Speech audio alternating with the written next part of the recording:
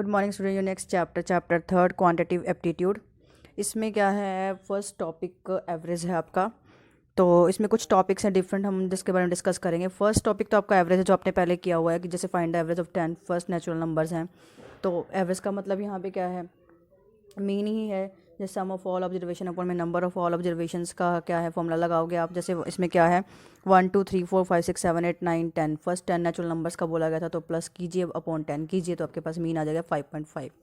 कुछ क्वेश्चन इसमें हमने जो पहले लास्ट क्लास में डिस्कस किए हैं उस तरह के ही हैं, जैसे करेक्ट मीन इनकरेक्ट मीन निकालना, जिसमें आपके पास क्या था कि डाटा फीड किया आपने, उसमें कुछ टाइपिंग मिस्टेक हो गई तो आपका करेक्ट मीन नहीं निकला, तो उससे किस तरह से फाइंड करना है। जैसे इस तरह का मैंने क्वेश्चन डिस्कस किया है। The average of the 25 observation is 27। If one observation is included the average still remains 27। Find included observation क्या है। एवरेज ऑफ 25 ऑब्जर्वेशन आपको दिया 27, ठीक है। उसमें फिर आपने एक और ऑब्जर्वेशन इंक्लूड कर ली, बट एवरेज में कोई फ़र्क नहीं पड़ा, तो आप इंक्लूडेड ऑब्जर्वेशन निकालना है। अब आपको पता है कि 25 ऑब्जर्वेशन है अगर आपके पास, अगर आपने उनका टोटल निकालना है तो फॉर्मूला था सम ऑफ ऑल अपॉन में नंबर ऑफ ऑल, किसका था ये हमारे पास, मीन का, ठीक है। तो आप क्या करोगे, मल्टीप्लाई करके यहाँ से आपके पास टोटल ऑफ 25 ऑब्जर्वेशन आ जाएगा। अगर हमने वन ऑब्जर्वेशन इंक्लूड कर दी, एवरेज तो सेम ही है, उस ऑब्जर्वेशन को हमने मान लिया x है, तो नंबर ऑफ ऑब्जर्वेशन में फ़र्क पड़ गया 26 हो गया, यानी कि न्यू मीन हमारा तो वही है पुराने वाला ही, पर यहाँ फ़र्क पड़ गया ना, टोटल प्लस x अपॉन 26 हो गया। जब हम इसको क्रॉस मल्टीप्लाई करके सॉल्व करेंगे तो हमारे पास x क्या आ जाएगा 27, ठीक है।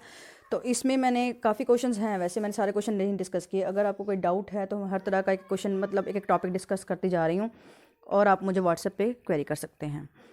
अगला टॉपिक है इस चैप्टर के अंदर आपके पास कैलेंडर का टॉपिक है, ठीक है। कैलेंडर में आपके पास क्या होगा देखिए कैलेंडर में क्या है, चार्ट और सीरीज ऑफ पेजेस है जिसमें day weeks and monthly months of the particular year show करते हैं। तो मॉडर्न कैलेंडर में क्या है, दो तरह के हमारे पास कैलेंडर ईयर्स हैं, लीप ईयर है और नॉन लीप ईयर है। ये भी आपको पता है, लीप ईयर हर 4 साल के बाद आता है, और लीप ईयर में क्या होता है 366 डेज होते हैं, और नॉन लीप ईयर में क्या होता है 365 डेज होते हैं, है ना। तो इसमें हमारे पास क्या है, हम डिस्कस करेंगे। एक तो आपने थोड़ा ये ध्यान रखना है ऑड डेज के बारे में। अब ऑड डेज हमारे पास क्या है, जैसे ऑर्डनरी नॉन लीप ईयर होता है तो 365 डेज होते हैं हमारे पास, क्या है 7 मतलब डेज होते हैं एक वीक में, तो हमारे पास 52 वीक्स बन जाते हैं, 1 डे एक्स्ट्रा बनता है नॉन मतलब लीप ईयर में, और लीप ईयर में 2 डेज एक्स्ट्रा बनते हैं, इसको हम बोलते हैं 2 ऑड डे। तो इसमें एक आपको थोड़ा सा ध्यान रखना है इन चीज़ों के बारे में कि कोई ईयर है 4 से मतलब डिविजिबल होता है, 100 से नहीं हो रहा, ठीक है। तो any year which is divisible by 4 but not divisible by 100 is a leap year. 1904 है, 1908 है, 1912 है, आपका 1912 है, यानी कि any year which is divisible by 400 is a leap year, ठीक है। तो इसमें ये चीज़ें जो चारों हैं ये काम आएंगी हमारे पास। तो जैसे इसने यहाँ पे 100 सेंचुरी के बारे में बोला हुआ है, इन अ सेंचुरी सॉरी 100 ईयर्स के बारे में बोला हुआ है, तो 24 इसमें लीप ईयर होंगे। वो कैसे पता चला, आप देख लेना कि लीप ईयर कैसे, लीप ईयर हर 4 साल के बाद आता है, उसके हिसाब से 24 लीप ईयर हो जाएंगे, 76 नॉन लीप ईयर हो जाएंगे। तो इट मीन्स इसमें क्या हुआ 24 लीप ईयर है। लीप ईयर में कितने डेज एक्स्ट्रा, मैंने अभी आपको बताया 2 डेज, तो 24 इंटू 2 76 नॉन लीप ईयर है। लीप ईयर में कितने डेज, नॉन लीप ईयर में कितने डेज एक्स्ट्रा हैं, ऑड डे 1 है, तो 124 ऑड डेज बन गए। अब ऑड डेज के अंदर कितने वीक्स कवर हो रहे हैं, अगर हम 124 के मतलब फैक्टर मान लो तरह से बनाए तो 7 इंटू 17 प्लस 5, यानी कि इसमें हमारे पास एक्चुअल में कितने डेज बचे, 5 odd day in a century. तो 200 डेज में हमारे पास 3 ऑड डे होते हैं, 300 ईयर्स में हमारे पास 1 ऑड डे है, इन 400 ईयर्स में हमारे पास क्या होता है 5 इंटू 4 प्लस 1 ऑड डे, ठीक है, यानी कि 20 odd day which is equal to 0 odd day.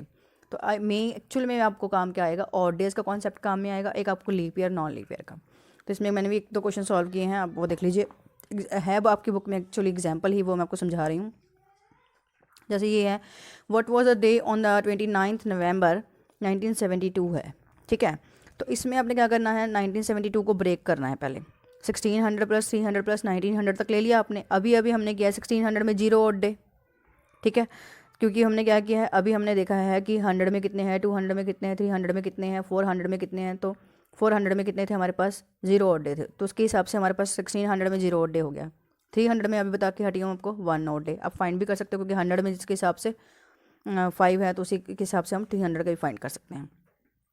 तो 1900 में हमारे पास कितने हो गए 1, पीछे कितने बचे हमारे पास 1901 से 1971 तक 71 हो गया, ठीक है। 29 नवंबर की हम बात बाद में करेंगे। अब 01 से 71 तक हमारे पास 17 लीप ईयर बनते हैं और 54 नॉन लीप ईयर बनते हैं, मतलब 17 लीप ईयर और 54 नॉन लीप ईयर। करके देख सकते हैं, जैसे अभी अभी आपको बताया किस तरह से लीप ईयर देखते हैं, किस तरह से नॉन लीप ईयर देखते हैं, ठीक है। तो उसके बाद नंबर ऑफ ऑड डेज हमारे पास कैसे हो गए, लीप ईयर के हिसाब से हमारे पास 2 होते हैं और नॉन लीप ईयर के हिसाब से ऑड डे हमारे पास 1 होता है। ऑड डे समझते हैं ना, वीक्स पूरे होने के बाद जो डे बच गए हैं। तो नंबर ऑफ ऑड डेज होगा 17 इंटू 2 प्लस 54 इंटू 1, यानी कि 88 ऑड डेज हो गए। अब 88 को फिर कवर अप करो, 7 इंटू 12 प्लस 4, यानी कि 12 हमारे पास वीक हो गए प्लस 4 डे एक्स्ट्रा हो गए, अप टू 31 दिसंबर 1971 तक।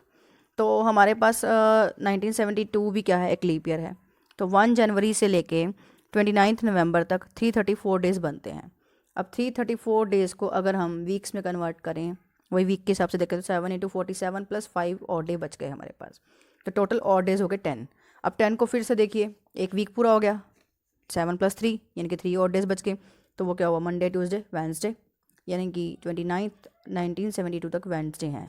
हाँ, एक और बात बतानी थी आपको, 334 कैसे आए हमारे पास, जनवरी फरवरी मार्च अप्रैल मई जून जुलाई अगस्त सितंबर अक्टूबर 29 नवंबर तक हमने डेज़ गिन लिए। वो जैसे कि आपके पास वही है, जनवरी में कितने हैं 31, फरवरी में 29, मार्च में 31, अप्रैल में 30, मई के 31, जून के 30, जुलाई के 31, अगस्त के 31, सितंबर के 30, अक्टूबर के 31, नवंबर के 29। इस अकॉर्डिंग हमारे पास 334 डेज़ आ गए। अगर आपको कोई कॉन्सेप्ट नहीं समझ में आया तो मुझसे दोबारा पूछ सकते हैं, ठीक है।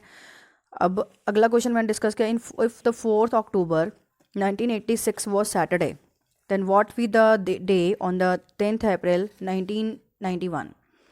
अब देखिए 4th October 1986 है, 5 अक्टूबर 1986 से 4th अक्टूबर 1987 तक देखेंगे, हमारे पास 1 साल का फ़र्क है, 1 और डे हो गया।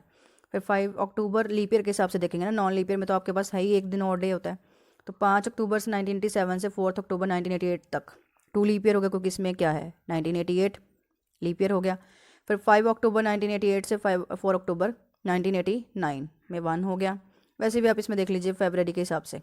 फिर 5 अक्टूबर 1989 से 4 अक्टूबर 1919 तक 1 हो गया।